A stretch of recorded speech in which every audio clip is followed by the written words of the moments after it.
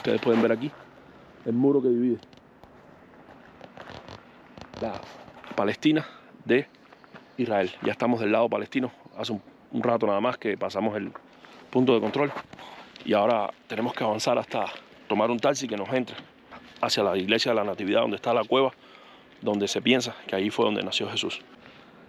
Sobre esta ciudad, la estrella se detuvo y los magos llegaron aquí. Eran extranjeros, al igual que nosotros. Estaban desorientados, no sabían a dónde iban, buscando información. Y lo único que tenían como referencia era aquella hermosa estrella que les guió exactamente hacia el lugar donde el niño Jesús había nacido. Así que acompáñenos en esta mañana. Enseguida nos montamos en un taxi que nos comenzó a adentrar en la ciudad, mientras nos emocionaba mucho la música que traía el taxista y su apariencia muy diferente a nuestra cultura occidental. Todo esto hacía nuestro viaje mucho más épico. Era como si viajásemos en el tiempo y podíamos experimentar lo mismo que José y María cuando entraban a la ciudad en busca de un albergue donde pasar la noche hasta el momento en que ella diera luz. Y dará a luz un hijo, y llamarás su nombre Jesús. El Evangelio de Lucas nos cuenta que no hubo lugar para ellos en el mesón en esta ciudad. Y esto nos habla de la condición espiritual de Israel en los tiempos de Jesús, ya que en esa ciudad no había nadie que con misericordia se compadeciese de esa pobre mujer que estaba a punto de dar a luz. Asimismo, en nuestro tiempo, muchas personas han cerrado sus corazones al Señor Jesucristo, que aún está tocando a su puerta. Por otra parte, podemos también ver, hay muchas personas que profesan fe en Dios, pero sin embargo, sus corazones espirituales están tan débiles y fríos que no tienen compasión por aquellos que padecen necesidad y aquellos que sufren. Cuando Jesús nos enseñó y nos dijo que cualquiera que haya hecho algo por alguna persona necesitada es como si se lo hubiese hecho a él mismo.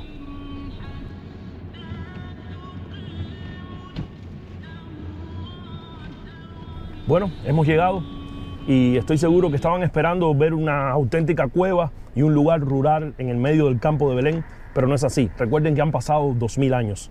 Si realmente esta iglesia está fundada encima de la cueva en donde Jesús nació, esta sería la vista que hubiesen tenido María y José luego de salir de la cueva con su niño recién nacido.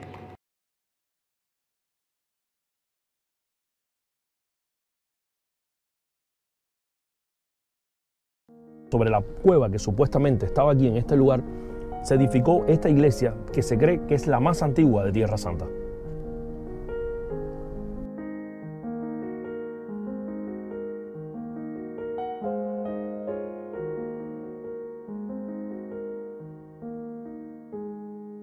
Estoy seguro de que algunos se preguntarán qué prueba hay de que este lugar tan adornado en el día de hoy sea realmente donde nació Jesús.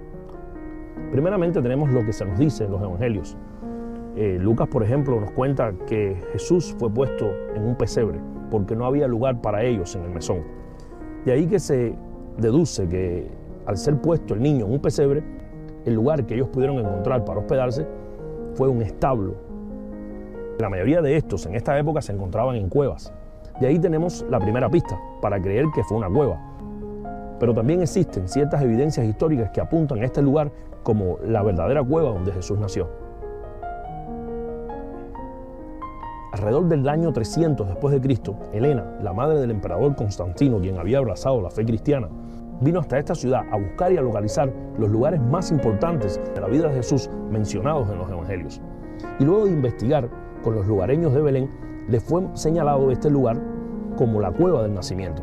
Para nosotros resulta poco dudoso pensar que después de 300 años la gente de Belén reconocería este lugar, pero debemos recordar que en aquel tiempo la transmisión oral era algo muy importante y fiel, ya que la mayoría de la gente no sabía leer ni escribir, como para dejar constancia por escrito de los sucesos. También importantes escritores cristianos del siglo II hacen alusión al lugar del nacimiento como una cueva y dan testimonio de que ya estaba identificado desde aquella época. El espacio de este lugar es compartido por la Iglesia Ortodoxa, Armenia y la Católica. Bueno, y después de caminar un buen tiempo dentro de este recinto, acabamos de llegar.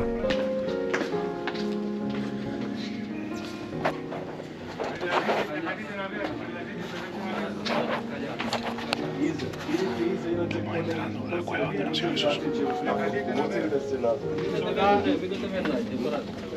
Pero a pesar de haber madrugado para llegar aquí, ya este lugar se encontraba totalmente lleno de personas. Por lo que nos tocó, poco a poco, abrirnos camino entre la multitud hasta poder llegar.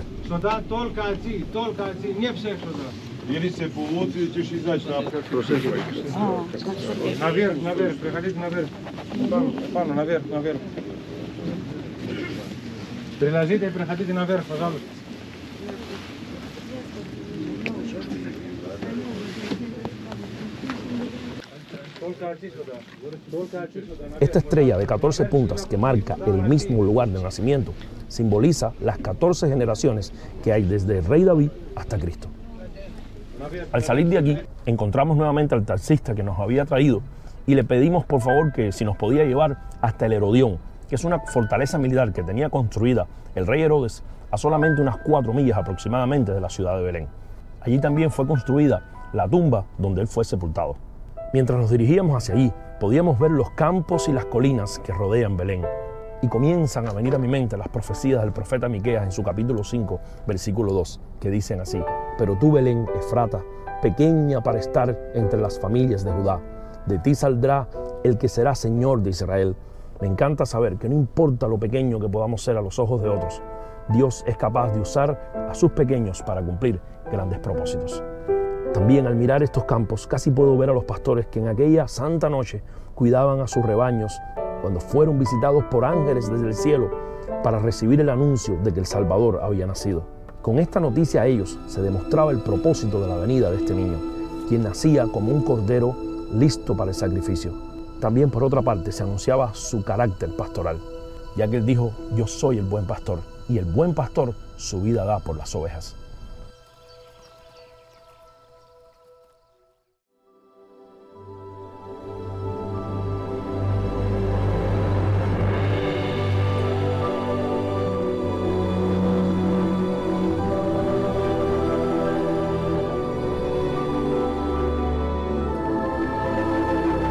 Precisamente esa era la característica especial de Jesús al ser el buen pastor.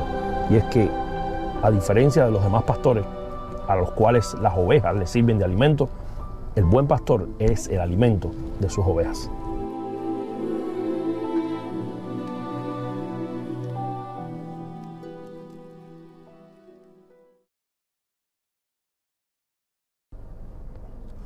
Wow, ya podemos ver a la distancia esa hermosa fortaleza construida por Herodes, que hasta el día de hoy no deja de ser imponente. Y de esta manera nos recuerda la respuesta a la visita de aquellos magos que vinieron del oriente siguiendo la estrella. Ellos entraron en Jerusalén pensando que allí todos estaban enterados del acontecimiento. Inclusive fueron al mismo palacio de Herodes buscando información y encontraron que, a diferencia de ellos que estaban tan emocionados con esta profecía, allí en Jerusalén y en el palacio de Herodes no se habían dado ni por enterado. Mateo nos dice que al escuchar la noticia de los magos, Herodes se turbó y toda Jerusalén con él. Ellos mejor que nadie debían estar a la expectativa y al tanto de la llegada del Mesías. Es interesante saber que a los que conocemos las Escrituras y estamos familiarizados con sus historias, no sea tan fácil que se nos vuelva algo tan cotidiano al punto de que perdamos la fe en sus verdades. Y así también perdamos la expectativa por el prometido regreso de Jesucristo. Estos magos vinieron hasta aquí desde tierras muy lejanas, no con el interés de recibir nada, sino solo movidos por el deseo de conocer a quien había nacido aquí. Y por lo que esta persona representaba para sus vidas, no venían a recibir nada, sino solo a dar. De la misma manera, esta debiera ser nuestra actitud correcta al acercarnos a Dios, no buscando nada de Él, sino buscando solo conocerle y llegar a tener una relación personal e íntima con Él. Ellos traían regalos y cada uno de estos estaba cargado de significado profético. Ofrecieron incienso, oro y mirra. El incienso reconocía que el niño era Dios encarnado, digno de adoración a través del incienso, tal y como se hacía en el templo de Jerusalén. El oro recordaba que era Él el rey, que Él no necesitaba de su adoración, pero sin embargo ellos necesitaban de adorarle y de hacerle y convertirle en el rey de sus vidas. Y por último, el más impresionante, la mirra, el cual hablaba del propósito de la venida de aquel niño, que era morir, ser sepultado, para lo cual se utilizaba la mirra, y luego resucitar al tercer día victorioso sobre la muerte. luego de terminar su misión, se nos cuenta que, siendo avisados por revelación, regresaron a su tierra por otro camino. Asimismo, todo aquel que tiene un encuentro personal con Jesucristo no regresará a casa por el mismo camino, sino que su vida será cambiada por el poder de Dios. Esto desató la ira de Herodes, quien desde esta fortaleza envió a sus soldados a Belén y a todos sus alrededores para dar muerte a todos los niños menores de 2 años, tratando de esta forma de eliminar al niño Jesús. Pero José había sido avisado por un ángel en sueños que huyera antes que llegaran los soldados, por lo cual descendió rápidamente a Egipto, para que de esta manera se cumpliera la profecía de Oseas cuando dijo: de Egipto llamé a mi hijo.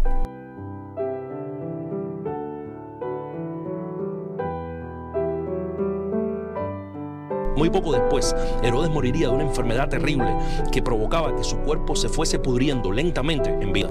Han pasado más de 2000 años y de esta fortaleza solo quedan ruinas. Y aún del sepulcro que Herodes había construido aquí, luego más tarde fue saqueado y sus restos desaparecieron para siempre. Mientras que a Jesús nada le detuvo de cumplir su misión de morir por toda la humanidad, resucitando victorioso al tercer día.